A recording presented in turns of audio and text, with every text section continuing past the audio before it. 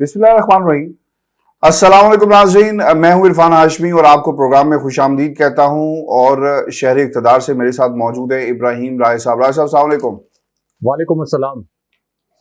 राय साहब, तीन खबरों पर तफसील से हम बात करेंगे। पहली खबर, सुप्रीम कोर्ट ऑफ पाकिस्तान से एक और बड़ा फैसला आ गया है जिससे हुकूमत वक्त की काम पे टांग रही हैं। इसकी तफसील अपने सुनने वालों के साथ हम शेयर करेंगे। और फिर इलेक्शन कमीशन ऑफ पाकिस्तान ने क्या शहबाज शरीफ के खिलाफ ऐलान बगावत कर दिया है, या फिर ये गेम है, या फिर उनका सॉफ्टवेयर वाकई अपडेट हो गया है। इस पहलू का भी जायजा लेंगे आज की इस नशिस्त के अंदर। और फिर राय साहब, पाकिस्तान की सबसे बड़ी अदालत में इमरान खान के खिलाफ सबसे बड़े मुकदमे में सबसे बड़ा फैसला आ गया है और इमरान खान साहब की ये जीत हुई है। और इसे भी कुछ अनासिर ऐसे हैं जिन्होंने डाउन प्ले किया है। और ये कितना बड़ा फैसला है और ये कितनी बड़ी जीत है, इसकी कहानी भी आज अपने सुनने वालों के सामने हम रखेंगे। लेकिन राय साहब, खान साहब का खिताब पाकिस्तान के मीडिया ने ब्लैकआउट कर दिया और एक जबरी ब्लैकआउट किया गया और इमरान खान की तकरीर को पाकिस्तान के मीडिया पर नहीं चलाया गया। जो 10 निकात ऐसे हैं जो बुनियादी वजह बने इमरान खान की तकरीर के बायकॉट के हवाले से, इसकी कहानी अपने सुनने वालों के साथ हम शेयर करते हैं। और असल में हकाइक क्या हैं जिन्हें पाकिस्तान के मीडिया ने बुनियादी तौर पर छुपाया है और छुपाने की असल वजह क्या थी। राय साहब, एक नुक्ता जो बहुत ही अहम है और खान साहब की तरफ से ये पैगाम दिया गया है पाकिस्तान की इस्टेब्लिशमेंट को, और सवाल उन्होंने ये पूछा है कि अगर मुल्क के अंदर अक्टूबर में ऐसा क्या हो जाएगा कि इंतखाबात जो हैं वो उसी वक्त करवाए जाए और किस तरह सिक्योरिटी बेहतर होगी, और अगर ऐसी कोई बात है तो उन्हें कायल किया जाए। क्योंकि खान साहब पिछले कुछ दिनों से बार बार ये बात कर रहे हैं कि अक्टूबर में इलेक्शन से पाकिस्तान को क्या फायदा होगा और मौजूदा हुकूमत के पास किस किस्म का रोड मैप मौजूद है जिसे बुनियाद बनाकर हम ये कह सकते हैं कि ठीक है जनाब, आप इलेक्शन अक्टूबर में ले जाएं। आज कहते हैं इलेक्शन के लिए पैसे नहीं, तो अक्टूबर में पैसे कहां से आएंगे? अक्टूबर में सिक्योरिटी कैसे अच्छी होगी?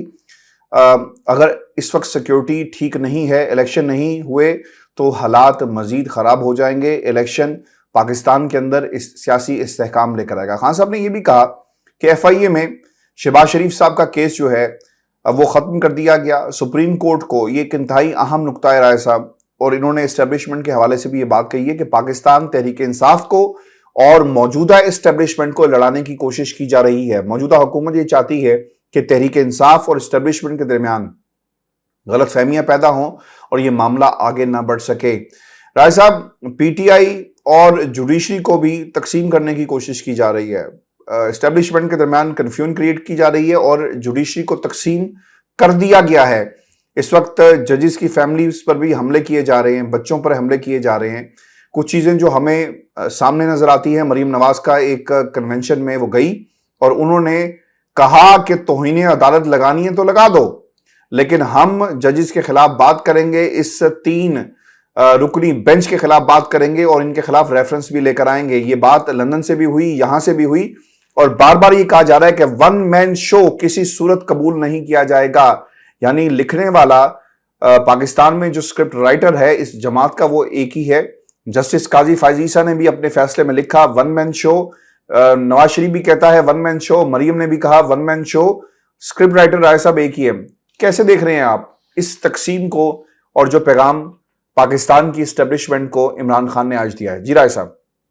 देखें आशिफ साहब, एक तो आर्मी चीफ और GHQ के मुतल्लिक एक खबर है, वो भी अपने व्यूअर्स के साथ शेयर करते हैं, और इमरान खान साहब ने बड़ा अहम जो सवाल उठाया उसका जवाब भी देते हैं।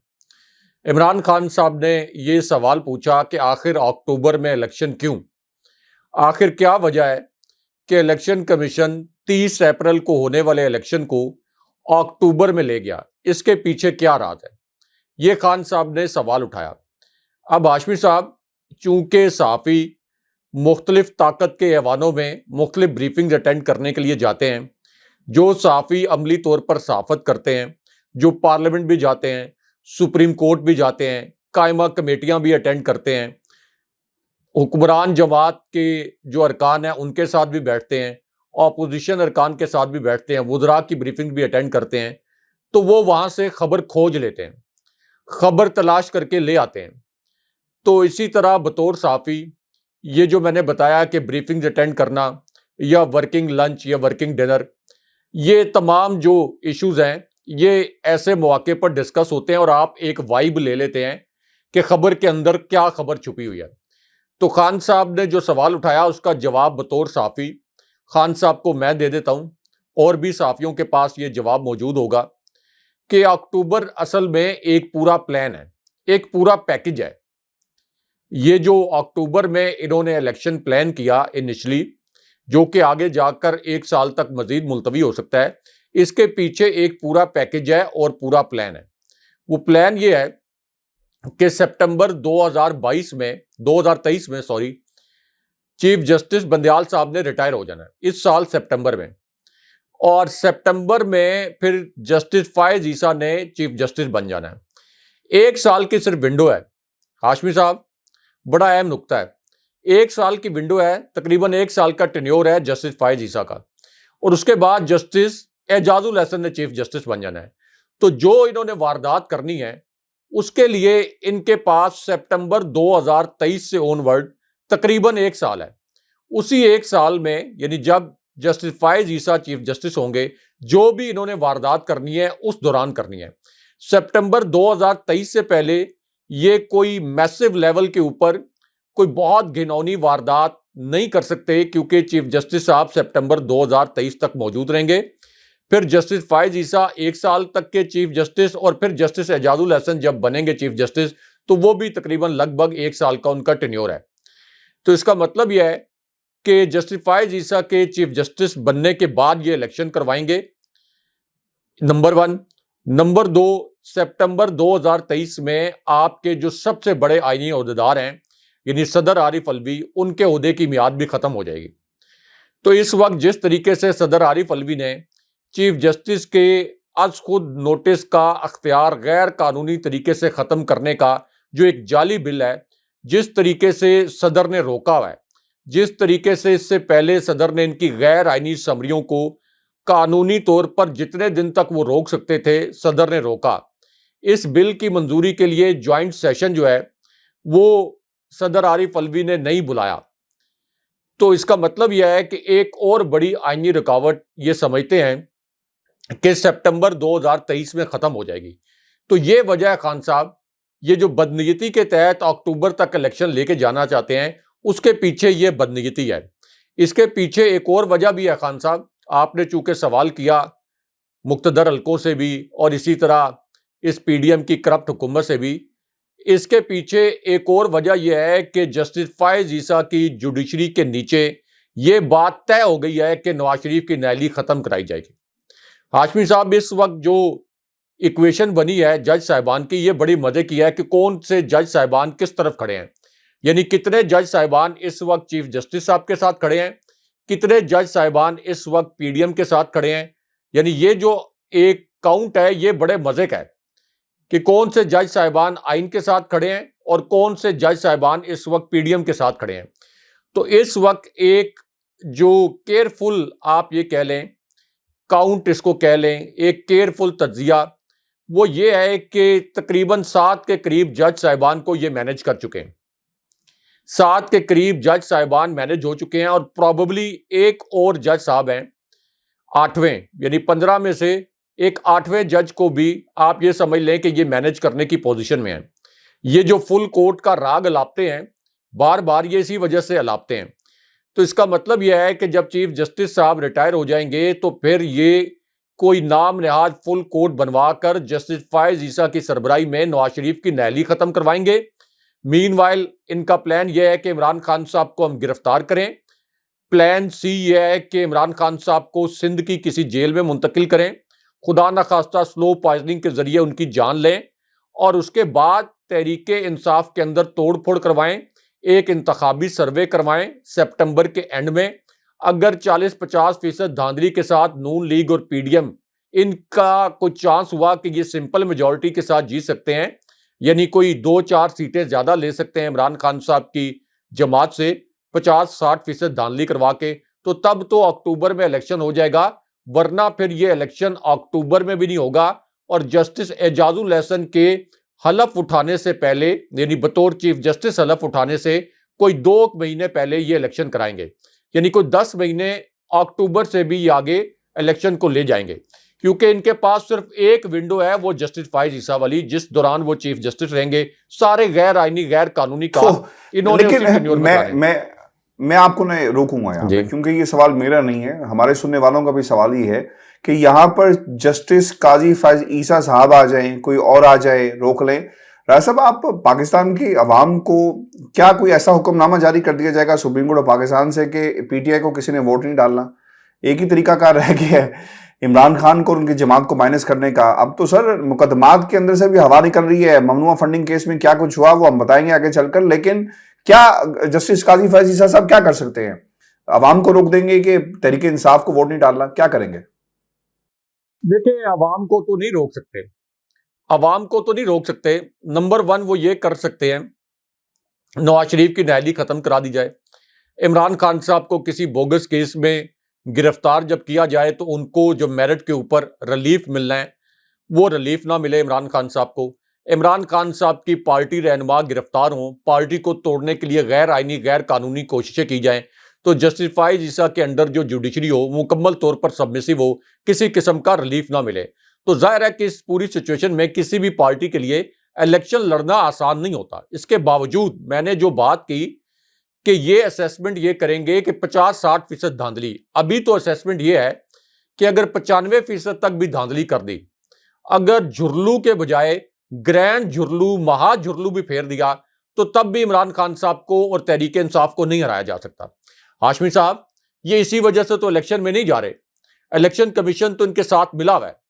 इमरान खान साहब ये कहते हैं कि एस्टैब्लिशमेंट भी इनके पीछे खड़ी है, पुलिस इनके साथ है, अफसरशाही इनके साथ है, उसके बावजूद ये इलेक्शन में इसलिए नहीं जा रहे कि इनको पता है कि हम 90-95% धांधली करने की पोजीशन में हैं, हम ये धांधली करवा लेंगे। लेकिन इतनी बड़ी धांधली के बावजूद हम चूंकि इलेक्शन नहीं जीत सकेंगे पंजाब में, इस वजह से ये इलेक्शन से फरार अख्तियार कर रहे हैं। तो मेरा जो पॉइंट था कि ये असेसमेंट उस वक्त ये करेंगे कि क्या 50%, 55% धांधली से इमरान खान साहब की न्यायाली या इमरान खान साहब की गिरफ्तारी, नवाज शरीफ की न्यायाली खत्म करवाने, जस्टिस फाइज ईसा की जुडिशरी के होने के बावजूद क्या इमरान खान साहब को कोई 2-4 सीटों से शिकस्त दी जा सकती है ओवरऑल, यानी तहरीक इंसाफ से कोई 2-4 सीटें ज्यादा जीती जा सकती हैं। तो इसके ऊपर इन्होंने ये पूरी गेम प्लान किया है। खान साहब, ये असल में इनका प्लान है, और अगले जलसों में मैं चूंकि बतौर सहाफ़ी और भी यहाँ पर जो इस्लामाबाद में सहाफ़त करने वाले, अमली सहाफ़त करने वाले, उनमें भी 3-4 सहाफ़ियों को इस गेम प्लान के मुतल्लिक मालूम है। तो ये अपने जो आपके पीटीआई के कारकुन हैं उनके सामने भी आप ये रख सकते हैं कि किस किस्म की साजिश जो है वो आपके खिलाफ हो रही है। अच्छा राय साहब, एक ना बहुत ही अहम नुकता है, क्योंकि इंतखाबात की बात हो रही है, धांधली की बात हो रही है, इससे जुड़ा हुआ एक इंटरव्यू भी खान साहब का, उनसे ये सवाल पूछा गया है कि इंतखाबात के नताइज आप कबूल करेंगे, क्योंकि मरियम ना चीख कर कह रही है कि पंजाब में मरियम नवाज की जमात जो है वो जीत जाएगी और फिर इलेक्शन के नताइज जो है खान साहब नहीं मानेंगे और कहेंगे कि मुझे हराया गया और इस तरह की बातें। खान साहब ने भी ये बात कही है कि हम देखेंगे कि इंतखाबात में क्या होता है, अभी नहीं कह सकता कि नतीजा कबूल करेंगे या नहीं करेंगे। ये एक इंतहाई अहम नुकता है और ऐसी वाइब्स आ रही हैं कि इन्होंने धांधला करना है और लोगों से बात जो है इस हवाले से बाकायदा एक प्लान किया जा रहा है, किसकी ड्यूटी होगी, किस तरह मैनेज करना है, पूरा एक मैकेनिज्म जो है वो क्रिएट किया जा रहा है। फिर जनरल कमर जावेद बाजवा से 2 मुलाकातें हुई इक़्तिदार से निकलने के बाद, ये भी खान साहब ने बात कही है। और फिर फौज का जो किरदार है 70 साल का पाकिस्तान की सियासत के अंदर मौजूद है और इसको इतनी जल्दी ख़त्म नहीं किया जा सकता। हैविंग सेड दैट, मैं अगर आज यहाँ पर बैठकर ये कहूँ कि फौज और इस वक्त पीडीएम का जो टोला है, राय साहब इस वक्त एक पेज पर है, क्या ये कहना दुरुस्त होगा या फिर हम ये कह सकते हैं कि न्यूट्रल है? क्योंकि राय साहब इस वक्त हुकूमत वक्त जो है वो एंटी इस्टेब्लिशमेंट बयानियां नहीं बना रही, वो इस्टेब्लिशमेंट के साथ खड़ी है और इस्टेब्लिशमेंट क्योंकि खामोश है तो हम ज़्यादा कोई असेसमेंट कर नहीं सकते। दूसरी तरफ एंटी जुडिशरी बयानियां बनाकर ये सियासत, यानी जो इनकी कोशिश है कि वो किसी तरह इंतखाबात में जाएं और एक बयानिया कौम के सामने रखें और वो एंटी जुडिशरी बयानिया हो, और मरियम ने जो तकरीरें की हैं वो इसी बुनियाद पर कर रही हैं। राय साहब, आपको क्या लगता है कि फौज इस वक्त क्या सोच रही है? खान साहब ने उन्हें डायरेक्टली मुखातिब करते हुए ये बात कही है कि आपको सोचना पड़ेगा रोड मैप असल में क्या है। वो ये बात शहबाज शरीफ से नहीं कर रहे, वो पाकिस्तान में ताकतवर हलकों से कर रहे हैं। और इसी तरफ उन्होंने इशारा भी दिया कि 70 साल से एक सपोर्ट मौजूद है, एक किरदार मौजूद है जिसे डिनाई नहीं किया जा सकता। और इससे पहले भी अगर आपको याद हो तो खान साहब मुतादिद दफ़ा ये बात कर चुके हैं कि इस्टेब्लिशमेंट एक हकीकत है और ताकत आज भी वहीं पर मौजूद है। देखिए आशिफ साहब, एक तो इमरान खान साहब ने बड़े वाज़ेह अंदाज में एक अमरीकी जरीदे को इंटरव्यू देते हुए ये कहा कि लोग मुझे वापस लाना चाहते हैं, लेकिन ये इम्पोर्टेड हुकूमत और फौज नहीं चाहते कि मैं वापस आऊं। अब इमरान खान साहब ने ये बात किस बुनियाद पर की है? क्योंकि इमरान खान साहब और उनकी जो जमात है, इससे बेहतर कोई नहीं जानता होगा कि जब इमरान खान साहब के पार्टी रहनुमा गिरफ्तार हो रहे हैं, इमरान खान साहब के पार्टी रहनुमाओं को कहाँ से किस किस्म के मैसेजेस आ रहे होंगे और इमरान खान साहब ने किस बुनियाद पर और किस तरह की इतलात की बुनियाद पर इमरान खान साहब ने ये बात की। तो इसका मतलब यह है कि इमरान खान साहब का मौक़िफ़ यह है कि इस वक्त इस्टेब्लिशमेंट जो है वो इस वक्त इस हुकूमत के पीछे खड़ी है।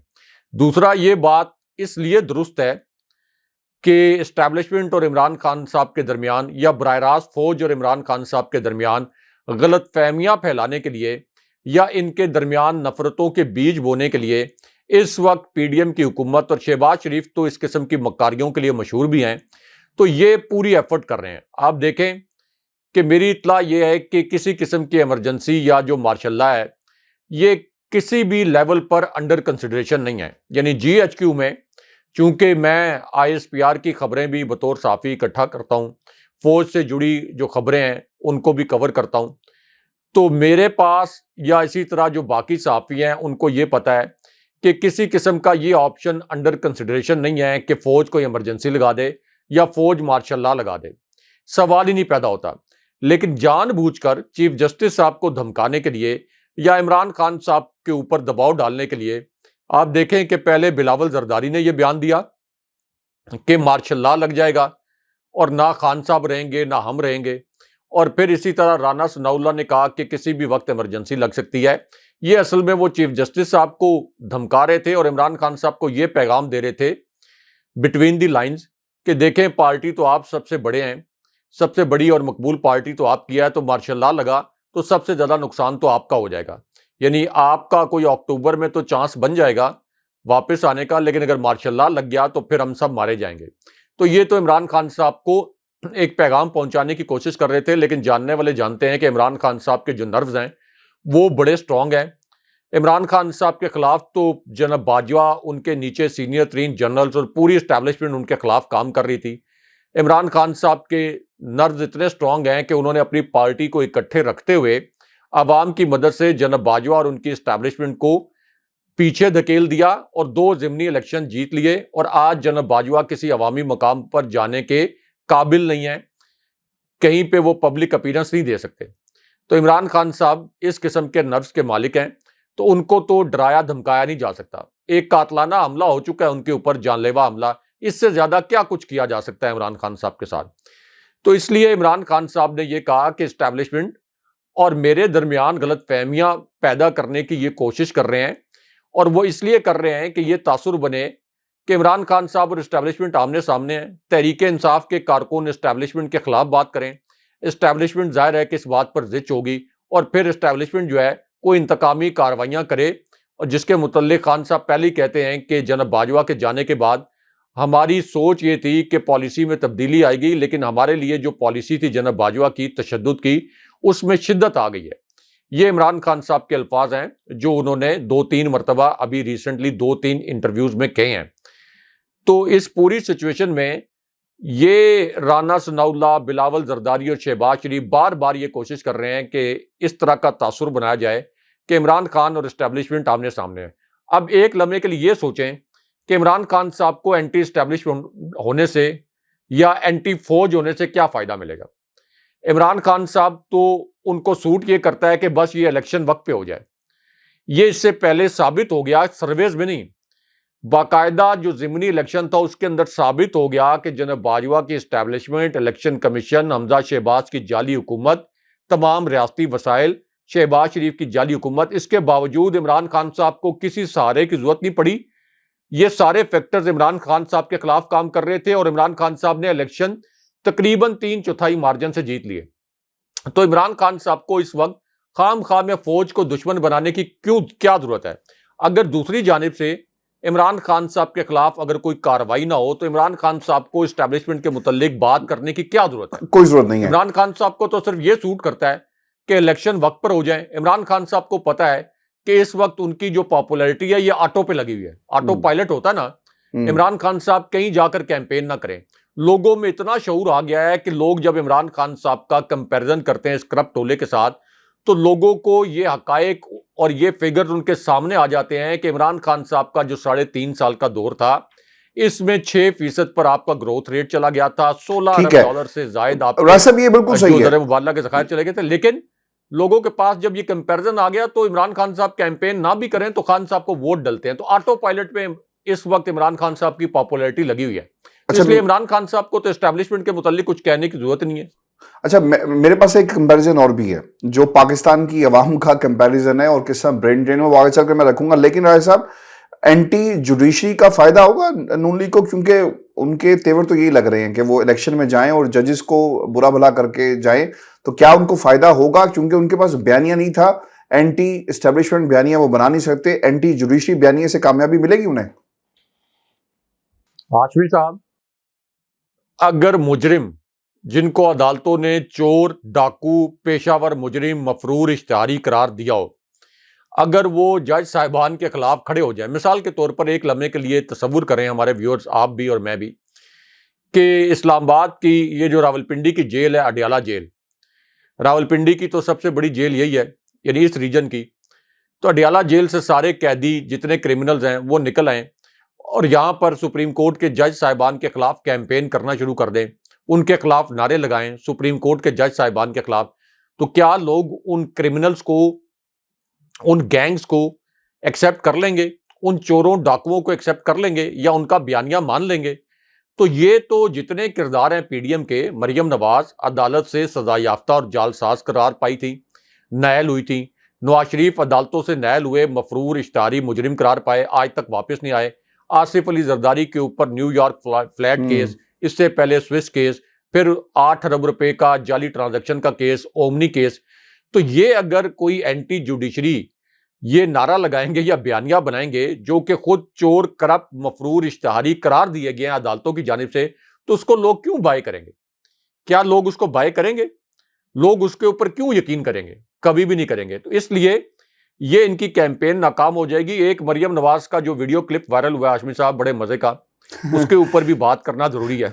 चार्ट वाला, मरियम नवाज गई जी, चार्ट वाला जिसमें चार्ट बना रही है कि हम सियासत नहीं करते, हम चार्ट भी बनाते हैं, वो वाला क्लिप की और है। जी, ये तो वैसे उनको अब आगे जाकर फ्रूट चाट ही बनानी पड़ेगी, क्योंकि सियासत से तो इमरान खान साहब ने इनको फारिग कर देना है। इनका ज्यादातर टाइम जो है ये घर पर फ्रूट चाट बनाते गुजरेगा, और बड़ी अच्छी बात है, यानी इसके अंदर भी मेहनत में भी अजमत है, जबरदस्त काम है। तो सियासत तो इमरान खान साहब ने इनकी ताबूत में बंद कर दिया, तो बड़ा टाइम होगा इनके पास चार्ट बनाने का। लेकिन मैं जिस क्लिप की बात कर रहा हूँ वो एक डिफरेंट क्लिप है जी।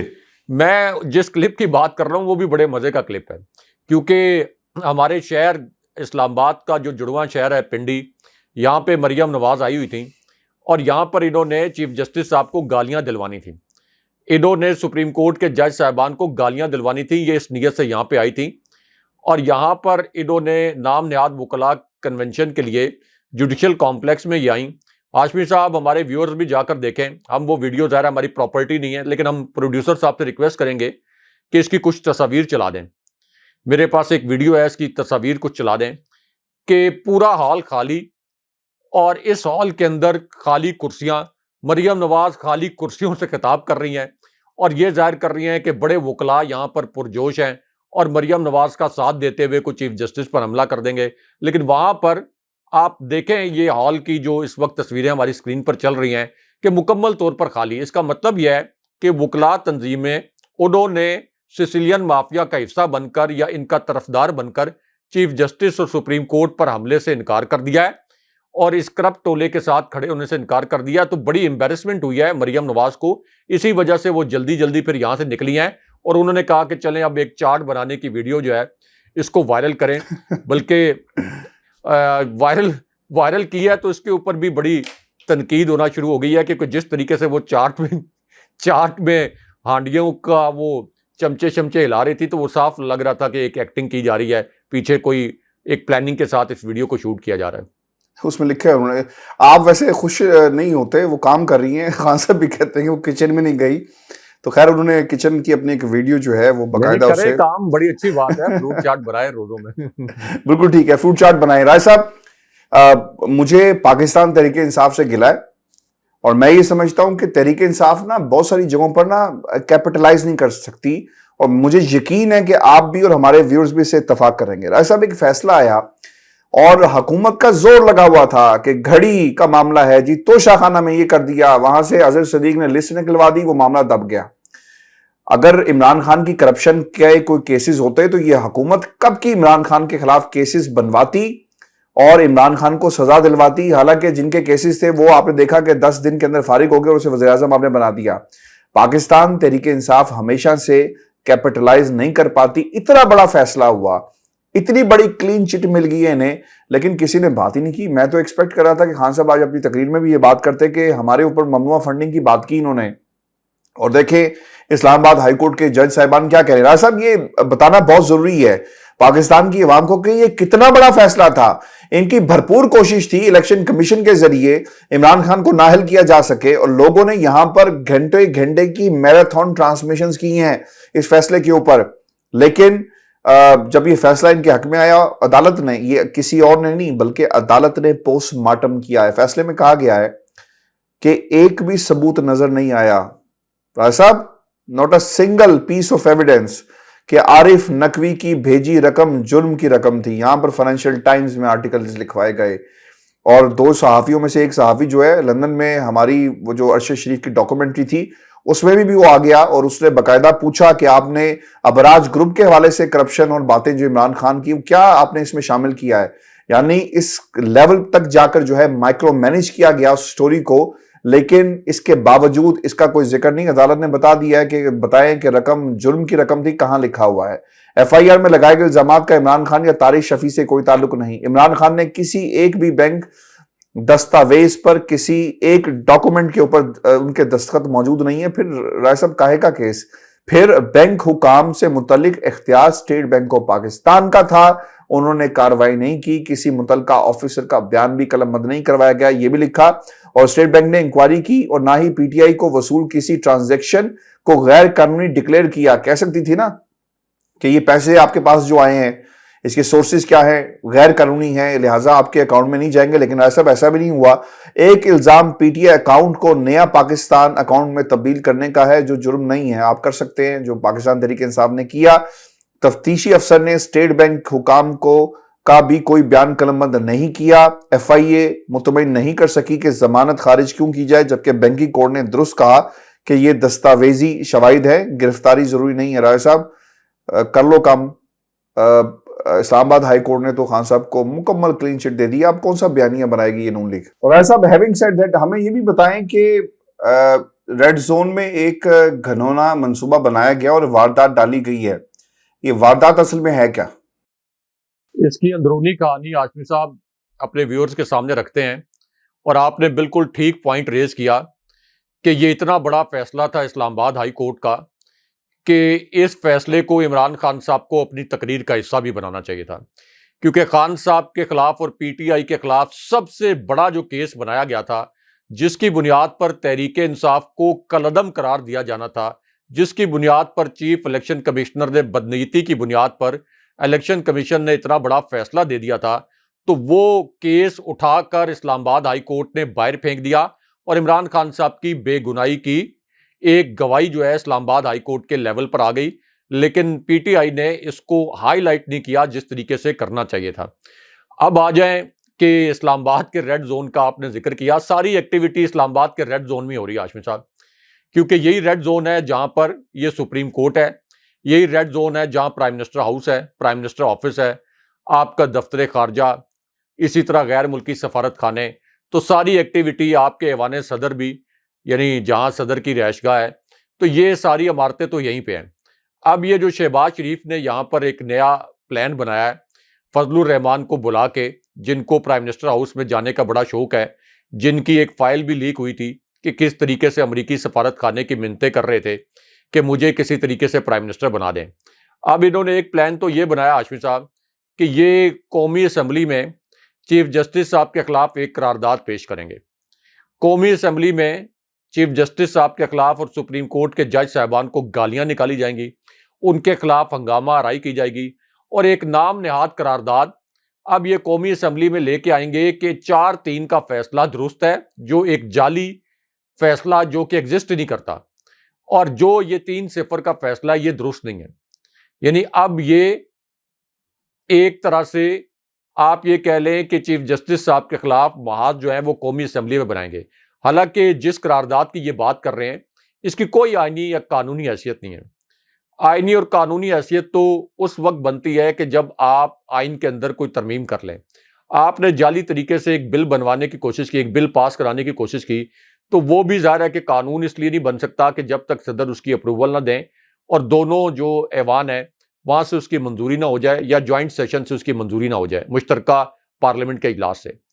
तो एक तो ये करारदाद लेके आ रहे हैं। आज फिर इन्होंने दोबारा से पीडीएम के नाम ने आज जो पार्लिमानी रहनुमा है उनका इजलास बुला लिया है और बिलावल जरदारी जो बेगाने की शादी में अब्दुल्ला दीवाना वो बने हुए इस वक्त, जिनका पंजाब में किसी किस्म का स्टेक नहीं है। चले नून लीग का तो पंजाब में स्टेक है कि एक टाइम था कि पंजाब में नून लीग की पेनिट्रेशन थी, तो पीपल्स पार्टी का तो कोई स्टेक नहीं है, लेकिन वो ये कहते हैं कि ये जज बेगैरत हैं, इनमें गैरत नहीं थी कि इन्होंने इससे पहले हमारे हक में कोई फैसले नहीं सुनाए, यानी पीपल्स पार्टी के हक में। हालांकि आसिफ अली जरदारी की जो ज़ेरे क़यादत पीपल्स पार्टी है, जिसने करप्शन के तमाम रिकॉर्ड तोड़े हैं, तमाम केसेस में पीपल्स पार्टी की क़यादत को रिलीफ मिल चुका है, लेकिन उन्होंने कहा कि इनमें गैरत नहीं है। आप अंदाजा कर लें कि ये कितने फ्रस्ट्रेट हुए हैं कि बिलावल जरदारी को सिंध में भी तकलीफ हो रही है कि पंजाब के अंदर इलेक्शन क्यों होंगे, क्योंकि इनकी कलेक्टिव सर्वाइवल का इशू है। इनको पता है कि इमरान खान साहब आ गए तो हमारी सियासत जी। ताबूत में बंद हो जाएगी, तो ये सारे जो हैं वो इस वक्त इकट्ठे हो गए हैं। अब आशमी साहब, ये जो एक और स्टोरी हमने बड़ी इंपॉर्टेंट डिस्कस करनी थी कि चीफ इलेक्शन कमिश्नर का क्या सॉफ्टवेयर अपडेट हो गया है या चीफ इलेक्शन कमिश्नर ने कोई ऐलान बगावत किया है। ये इस वक्त जो इलेक्शन कमीशन ने इलेक्शन की तारीख का ऐलान किया है, इसके पीछे असल कहानी क्या है। यानी कुछ लोग ये कहते हैं कि चीफ इलेक्शन कमिश्नर का ज़मीर जाग गया। एक आर्गूमेंट ये है कि इलेक्शन कमीशन जो है वो इस वक्त अभी भी पीडीएम की कठपुतली है, और ये आर्गूमेंट ठीक है क्योंकि ये सॉफ्टवेयर अपडेट नहीं हुआ। ना ही ये है कि कोई ऐलान बगावत कर दिया इलेक्शन के स्केजुअल का ऐलान करके, या ये कह के 14 मई को हम हर सूरत में इलेक्शन करवाएंगे। ये असल में नंबर 1 तौहीन अदालत से बचने की कोशिश है कि चीफ इलेक्शन कमिश्नर के ऊपर तौहीन अदालत ना लगे। ये chief election commissioner supreme court में जाएंगे, कहेंगे देखें मैंने और मेरे इदारे ने, इलेक्शन कमीशन ने तो स्केजुअल का ऐलान कर दिया था इलेक्शन की तारीख का, लेकिन हमें फंड्स नहीं मिल रहे, हमें सिक्योरिटी नहीं मिल रही, तो इसलिए मैं क्या कर सकता हूं। तो ये अपनी स्किन सेव करने के लिए एक प्लानिंग के तहत, क्योंकि इन्होंने ये अपना आखिरी मोहरा बचाना है अगले इलेक्शन के लिए, अपना आखिरी मोहरा पिटवाना नहीं है मरियम नवाज ने, क्योंकि चीफ इलेक्शन कमिश्नर पर तौहीन अदालत लग गई। अगर उस तौहीन अदालत के नतीजे में उनकी बरतरफी होती है, सुप्रीम जुडिशल काउंसिल में उनके खिलाफ रेफरेंस चला जाता है करप्ट प्रैक्टिस का, तो फिर तो इनका ये जो मोहरा है ये तो बहुत बुरे तरीके से पिट जाएगा। फिर किस तरीके से ये अगले इलेक्शन में मैसिव लेवल पर धांधली करवाएंगे। तो एक तो ये तौहीन अदालत से बचने के लिए ये एक गेम की गई है, जो आपने इंट्रो में कहा था कि क्या ये कोई गेम है, सॉफ्टवेयर अपडेट हुआ है, या वाकई कोई ऐलान जंग है। कोई ऐलान जंग ये शहबाज शरीफ के खिलाफ नहीं है। सिकंदर सुल्तान राजा में इतनी अखलाकी जुर्रत ही नहीं है, इतनी अखलाकी जुर्रत नहीं है कि वो मेरिट के ऊपर कोई फैसला कर सके। तो ये तो एक मुकम्मल तौर पर आप कह लें फिक्स मैच है। अब मैं आपको जो शहबाज शरीफ की रैली के मुतल्लिक 2-3 बड़ी अहम खबरें हैं और 2-3 बड़े अहम पॉइंट्स हैं, वो भी डिस्कस करने ज़रूरी हैं, मुख्तसरन अपने व्यूअर्स के सामने रखते हैं।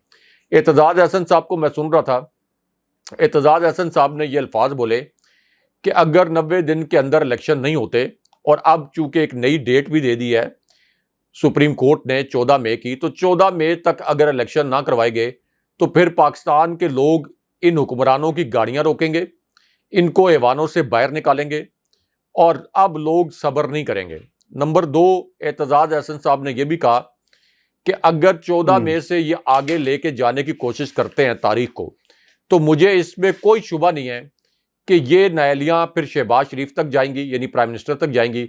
अगर राना सनाउल्लाह और इसाक डार ओवर स्मार्ट बनकर ये कहते हैं कि फंड्स नहीं है और सिक्योरिटी नहीं है, तो फिर इनके ऊपर भी तौहीन अदालत लगेगी, क्योंकि सुप्रीम कोर्ट ने अपने फैसले के एक नुक्ते में ये कहा कि हम इन इदारों को हुक्म जारी करेंगे इलेक्शन कमीशन को अगर इन्होंने सिक्योरिटी ना फराम की या फंड्स ना फराम की, इनके मुतल्लिक हम हुक्म जारी करेंगे। इसका मतलब यह है कि चीफ जस्टिस साहब जो इस वक्त सिसिलियन माफिया के सामने डट कर एक कौम के हीरो बन चुके हैं, वो हर सूरत में इलेक्शन के फैसले पर अमल दरामद कराएंगे और राना सनाउल्लाह और इसाक डार की न्यायाली हो सकती है और बिल्कुल यूसुफ रजा गिलानी की तर्ज पर शहबाज शरीफ की भी न्यायाली हो सकती है। इसी वजह से ये कभी कहते हैं हम कौमी असेंबली में चीफ जस्टिस के खिलाफ तकरीर करेंगे, फेडरल कैबिनेट से एक नाम नेहाद इन्होंने, आप ये कह लें कि उसकी कोई हैसियत नहीं है, एक अलामती इन्होंने चीफ जस्टिस साहब के खिलाफ आप ये कह लें कि एक नाम नेहाद अलामती मूव किया कि हम इस फैसले को मुस्तरद करते हैं। काबीना किस तरह से सुप्रीम कोर्ट के फैसले को मुस्तरद कर सकती है? काबीना का फैसला जो है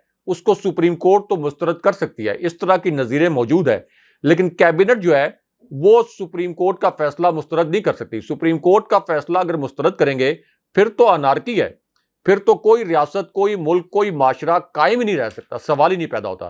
तो इसलिए हाशमी साहब, मुझे हमारी जो मरियम औरंगजेब साहिबा हैं उनका एक फिक्रा याद आ रहा है बार बार, जिसमें वो कहती थी कि रोएं पिटें।